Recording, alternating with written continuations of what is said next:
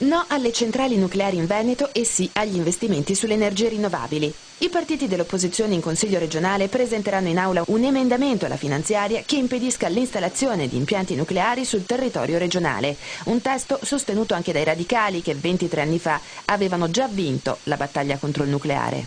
Noi abbiamo vinto un referendum, come radicali siamo stati fortemente impegnati a vincere un referendum.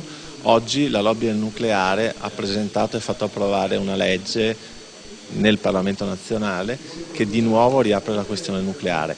Il Veneto rischia di essere una delle regioni indiziate di avere una centrale sul proprio territorio ed allora noi abbiamo chiesto a tutti i partiti del centro-sinistra, ma a tutti i partiti in generale, anche quelli che a livello nazionale hanno votato per questa legge, di sostenere un no chiaro del Veneto a una centrale nucleare su questo territorio. È un'occasione per fare chiarezza e per chiedere a tutti di mettere le carte in tavola. Noi siamo per il no al nucleare, sì alle energie rinnovabili. Ecco, perché no al nucleare?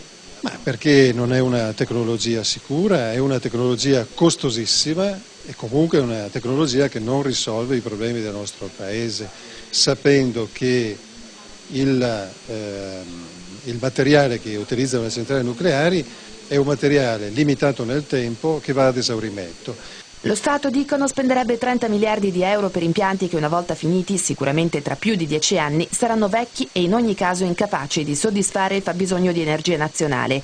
Emilia-Romagna, Toscana, Puglia e Campania hanno già presentato ricorsi, emendamenti o finanziarie che mettono al riparo il loro territorio dall'installazione di centrali. Il Veneto deve fare lo stesso, tanto più che le imprese locali hanno dimostrato di credere nello sviluppo delle energie alternative. Sono sviluppate molto rapidamente moltissime imprese che lavorano in questo settore, che dà molto lavoro, mentre il nucleare ne dà pochissimo, e che è un elemento di crescita.